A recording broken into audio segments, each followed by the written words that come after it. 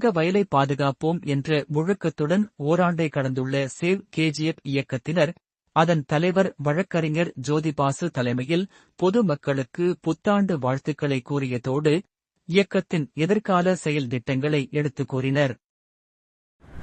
சமூக அரசியல் பொருளாதார மேம்பாட்டுக்காக ஆரம்பிக்கப்பட்டிருக்கிற சேவ் கமிட்டி எழுதிய This is to you and all the people of KGF on 1 year completion of Save KGF United Front.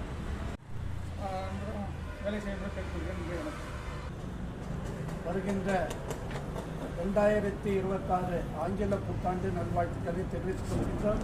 Our goals are achieved.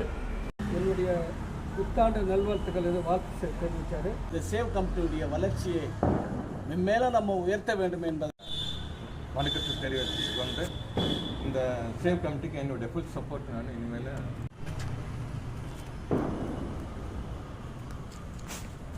இந்த மக்களுக்காக நம்ம ஏதாவது செய்யணும். நான் கேள்வி கேட்கறதுக்கு நாள் இருக்கிறாங்க அப்படின்னு சொல்லி ஓராண்டு நிறைவு தினம் நடந்து ஆங்கில புத்தாண்டு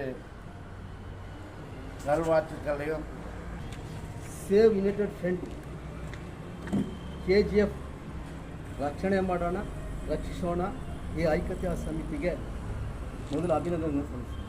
என்ற ஒரு நிலை தங்கவயல் இளைஞர்களுக்கு இன்றைக்கு கண்ணு கெட்டாத ஒரு சூழ்நிலை. இன்றைக்கு தங்கவயலுடைய இளைஞர்களை ஒருங்கிணைத்து தங்கவயலுடைய நலனுக்கான பிரச்சனைகளுக்கு ஒன்றுபட்டு ஒரு போராட்ட குரலை நாங்கள் எழுப்ப முயற்சியை சேவ் கேஜிஎஃப் யுனைடெட் ஃப்ரண்ட் செய்யும் என்பது.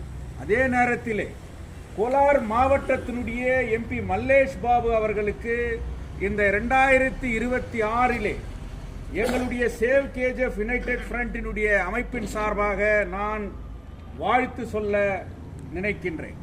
காரணம், இந்த சேவ் கேஜிஎஃப் யுனைடெட் ஃப்ரண்ட் உருவான போது ஒரு பாராளுமன்ற உறுப்பினர் அவருடைய தகுதி தராதரத்தை வேறு விதத்திலே காட்டிக்கொள்ளாமல் இந்த இயக்கத்திற்கு நான் தூணாக துணையாக நிற்பேன் என்று சொல்லி இந்த அமைப்போடு ஒன்றிணைந்து இந்த கோரிக்கைகளை பரிசீலனைப்பதிலே அவர் முதல் மகனாக இருந்தார். அதுதான் சேவ் கேஜிஎஃப் யுனைடெட் ஃப்ரண்ட்டுக்கு ஒரு மிகப்பெரிய பலத்தை உருவாக்கியது. அவர் பல்வேறு முயற்சிகளை சேவ் கேஜிஎஃப் யுனைடெட் ஃப்ரண்ட் எடுக்கின்ற முயற்சிகளுக்கு ஆதரவாக இன்றைக்கு இருக்கிறார். தங்கவயலில் ரயில் பெட்டி தொழிற்சாலையை 500 ஏக்கரிலே ஆரம்பிக்குவதற்கு ரயில்வே துறை ஒப்புதல் அளித்திருக்கிறது. அதற்கான ஒப்புதல் கிடைக்கும் என்ற வார்த்தையை அவர் இன்றைக்கு சொல்லியிருக்கிறார்.